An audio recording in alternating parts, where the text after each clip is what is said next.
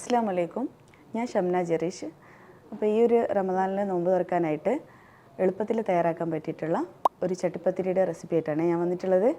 ഈ ഒരു ചട്ടിപ്പത്തിരി തയ്യാറാക്കാനായിട്ട് മൈദ മാവ് കൊണ്ട് ഇതുപോലെ ചപ്പാത്തിയായിട്ട് ഉണ്ടാക്കിയെടുത്തിട്ടുണ്ട്. ഇനി നമുക്ക് വേണ്ടത് കോഴിമുട്ടയാണ്, അതുപോലെ കിസ്മിസ്, അണ്ടിപ്പരിപ്പ്, ഏലക്കായി, കറുത്ത ജീരകം, നെയ്യ്, പഞ്ചസാര, ഒരു ചെറിയ സവാള, അതുകൂടാതെ അബീവിയുടെ ഇവാപ്പറേറ്റഡ് മിൽക്കാണ് ഞാനിവിടെ യൂസ് ചെയ്തിട്ടുള്ളത്. ആദ്യം ഇതുപോലെ കോഴിമുട്ട നമുക്കൊന്ന് പൊട്ടിച്ച് വയ്ക്കാം. ഇനി നമുക്കിത് ഈ ഒരു കോഴിമുട്ട നന്നായിട്ടൊന്ന് മിക്സ് ചെയ്തെടുക്കാം. ഇനി ഇതിലേക്ക് മധുരത്തിന് ആവശ്യമായിട്ടുള്ള പഞ്ചസാര ചേർത്ത് കൊടുക്കാം. ഇനി നമുക്കിതിലേക്ക് ആവശ്യമായിട്ടുള്ള അണ്ടിപ്പരിപ്പും കിസ്മിസൊക്കെ ഒന്ന് വറുത്തെടുക്കാം. ഇതിലേക്ക് ഇതുപോലെ കുറച്ച് നെയ്യ് ചേർത്ത് കൊടുക്കാം. നെയ്യ് ഒന്ന് ചൂടായി കഴിഞ്ഞ് കഴിഞ്ഞാൽ അണ്ടിപ്പരിപ്പ് ചേർത്ത് കൊടുക്കാം, സവാള ചേർത്ത് കൊടുക്കാം, കിസ്മിസ് ചേർത്ത് കൊടുക്കാം. ഇനി നമുക്ക് ഫ്ലെയിം ഓഫ് ചെയ്ത് ഇതിൽ നിന്ന് കുറച്ച് ഭാഗം ഒന്ന് മാറ്റി വെക്കാം. ഇനി നമുക്കിതിലേക്ക് അബീവിയുടെ ഇവാപ്പറേറ്റഡ് മിൽക്കാണ് ഞാനിവിടെ യൂസ് ചെയ്തിട്ടുള്ളത്.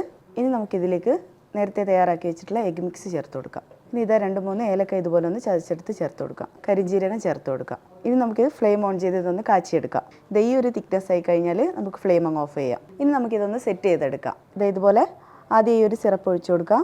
ഇനി ഇതുപോലൊരു ചപ്പാത്തി വെച്ച് കൊടുക്കാം. വീണ്ടും ഇതുപോലെ സിറപ്പ് ഒഴിച്ചു കൊടുക്കാം. വീണ്ടും ചപ്പാത്തി വെച്ച് കൊടുക്കാം. ഈ രീതിയിൽ തന്നെ ഇത് മുഴുവനും ചെയ്തെടുക്കാം. ഇനി നമ്മൾ നേരത്തെ മാറ്റി വെച്ചിട്ടുള്ള ഈ ഒരു അണ്ടിപ്പരിപ്പും കിസ്മിസും കൂടെ ചേർത്ത് കൊടുക്കാം. ഇനി നമുക്കിത് വേവിച്ചെടുക്കാം. ഏറ്റവും ലോ ഫ്ലെയിമിലാണ് നമ്മളിത് വേവിച്ചെടുക്കുന്നത്. ഇനി നമുക്ക് ഇതുപോലൊരു വെയിറ്റുള്ള പാത്രം കൊണ്ട് ഇത് അടച്ചു വെച്ച് കൊടുക്കാം.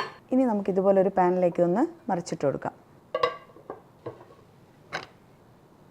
ഇനി ഇത് 2 മിനിറ്റ് ഇതുപോലെ വെച്ചതിന് ശേഷം ഫ്ലെയിം ഓഫ് ചെയ്യാം. ഇനി നമുക്ക് ഇതുപോലൊരു സെർവിങ് പ്ലേറ്റിലേക്ക് മാറ്റി കൊടുക്കാം.